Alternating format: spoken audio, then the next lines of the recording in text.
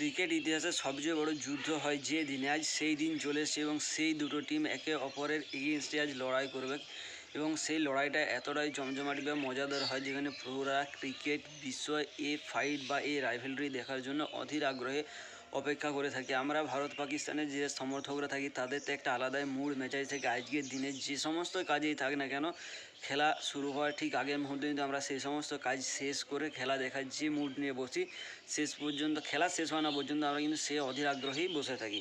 বাকি বাদ আমাদের টিম বেশিরভাগ টাইমেই জিতে গিয়েছে, অর্থাৎ 9বার যদি খেলা হয় 8বার আমরা জিতেছি, একবার পাকিস্তান জিতেছে। তো আশা করি আজকের ম্যাচটাও আমরা জিতবো এবং সেরকমই মুড বা মানসিকতা নিয়ে খেলা দেখতে বসবো। এর পাশাপাশি আমাদের যেভাবে টিম এগোনে যাচ্ছে বা যেভাবে আমাদের প্লেয়ারদের পারফরম্যান্স রয়েছে তাতে করে আমরা এই ম্যাচটা জিততে চলেছি, আমরা আশা করতে পারি। কিন্তু পাকিস্তানের তরফ থেকে খুব একটা হালকা ফাইটও আমরা দেখতে পাবো না, এটাও আমাদেরকে মনে রেখে খেলা দেখতে বসতে হবে। তো আজকে মেন উদ্দেশ্য হলো কালকে অস্ট্রেলিয়া এগেনস্ট ইংল্যান্ড যেভাবে খেলা হয়েছে এবং UP Warriors against Delhi Capitals যে খেলা হয়েছে সেটা নিয়ে বিশেষ করে আজকে আলোচনা করা দরকার।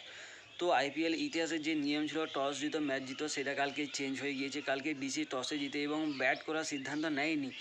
ডিসি বলে আমরাও চেস করবো এবং আমরাও ম্যাচ করবো। তো ডিসি টসে জিতে বলে আমরা প্রথমে বল করবো। ইউপি ওয়ারিয়র্স অর্থাৎ দীপ্তি শর্মার টিমকে বলে তোমরা এসো ব্যাট করবে। কিন্তু দীপ্তি শর্মার টিমের একটা আলাদাই মুড এবং ম্যাচার ছিল এবং কালকে চেনলি হেনরি ভাই প্রায় 300 স্ট্রাইক রেট নিয়ে ব্যাট করেছে। 23 বলে কত রান করে, 23 বলে 62 রান করে এবং হেনরি একা একমাত্র প্লেয়ার রয়েছে পুরো ইউপি ওয়ারিয়র্সের তরফ থেকে যে কাল 50 কেন 30-এর বাউন্ডারি পার করে বা 30-এর গন্ডি পার করে। তো কাল ইউপি ওয়ারিয়র্স প্রথমে ব্যাট করতে নেমে 177 রান করেছিল 9 উইকেট হারিয়ে, যেখানে চেনলি হেনরি 23 বলে 62 রান করে, তাহলিয়া ম্যাকগ্রাথ 24 এবং কারুণ কিরণ নাগভিরে 17 রানকে। অপরদিকে জেস জনাসন যে আয়ারল্যান্ড থেকে এসেছে, সে পরপর যতগুলো ম্যাচ খেলেছে কোনোটায় একটা কোনোটায় দুটা, কিন্তু তার বেশি উইকেট পায়নি। কিন্তু কাল জেস জনাসন আলাদা রকমই মুডে ছিল, সে কাল 31 রান দিয়ে 4 উইকেট তুলে নেয় এবং কালকে যে খেলাটা দেখিয়েছে জেস জনসন, এটা দিল্লি ক্যাপিটালস দীর্ঘদিন মনে রাখবে। তারপর রয়েছে মারিজানা কেফ যে 18 রানে 2 উইকেট এবং অরুন্ধতী রেড্ডি সেও 2 উইকেট নেয়। তো দিল্লি ক্যাপিটালসের কাছে টার্গেট ছিল 178 রানে, যেটা দিল্লি ক্যাপিটালসের অকাতের একটু বাইরে চলে গিয়েছিল। বা দিল্লি ক্যাপিটালস যেভাবে মাইন্ডসেট নিয়ে খেলে এবং তারা যেভাবে বোলারদেরকে টার্গেট করে সেই তুলনায় একটু বেশিই ছিল। তো দিল্লি ক্যাপিটালসের তরফ থেকে জেমিমা রড্রিক্স 26 রান করে, শেফালি বর্মা 24 এবং নিকি প্রসাদ 18 রান করে। নিকি প্রসাদ শেষের দিকে চেষ্টা করেছিল যথাসম্ভবে সামনে পেছনে স্কুপ রিভার্স সুইপ সব কিছুই করার চেষ্টা করেছিল এবং সে শেষমেশ 18 রান করে আউট হয়ে ফিরে যায়। দিল্লি ক্যাপিটালস কার 178 রান চেস করতে নেমে 144 রান করে 19.3 ওভারে 10 উইকেট হারিয়ে। অপরদিকে সমস্ত ইউপি ওয়ারিয়র্সের তরফ থেকে কালকে আমরা একটা ফুল প্যাকেজ টিমের পারফরমেন্স পেয়েছি, অর্থাৎ কাল গ্রেস হ্যারিস 15 রানে 4 উইকেট। ভাই কাল যেভাবে খেলা হয়েছে, কাল 3জন প্লেয়ার মিলেই কিন্তু 9 উইকেট তুলে নেয়। গ্রেস হ্যারিস, আরও একজন রয়েছে যে 25 রানে 4 উইকেট পেয়েছে, এর নামটা তোমাদেরকে গেস করতে হবে এবং ক্যাপ্টেন দীপ্তি শর্মা সে 25 রানে 1 উইকেট তুলে নেয়। তো কালকে কোন প্লেয়ার 25 রানে 4 উইকেট নেয় এটা তোমাদেরকে কমেন্ট বক্সে জানাতে হবে।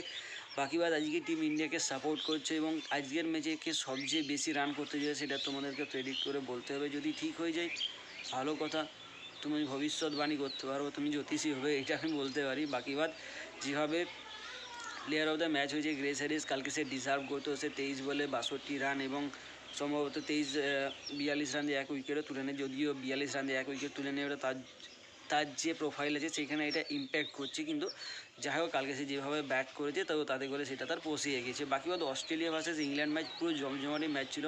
অস্ট্রেলিয়া টসে জিতে বল করার সিদ্ধান্ত নেয়, ইংল্যান্ডকে প্রথমে ব্যাট করতে নামায়। বেন ডাকেটের কালকে অসাধারণ সেঞ্চুরি প্লাস হাফ সেঞ্চুরি, অর্থাৎ কালকের ম্যাচে বেন ডাকেট পুরো চর্চার বিষয় ছিল। সে কাল 165 রান করে, জরুর 68 এবং ক্যাপ্টেন বাটলার 23 রান করে। ইংল্যান্ডের তরফ থেকে 3জন উইকেট কিপার ছিল, captain Jos Buttler, Phil Salt এবং আরও এক নতুন উইকেট কিপার তারা নিয়ে এসেছে।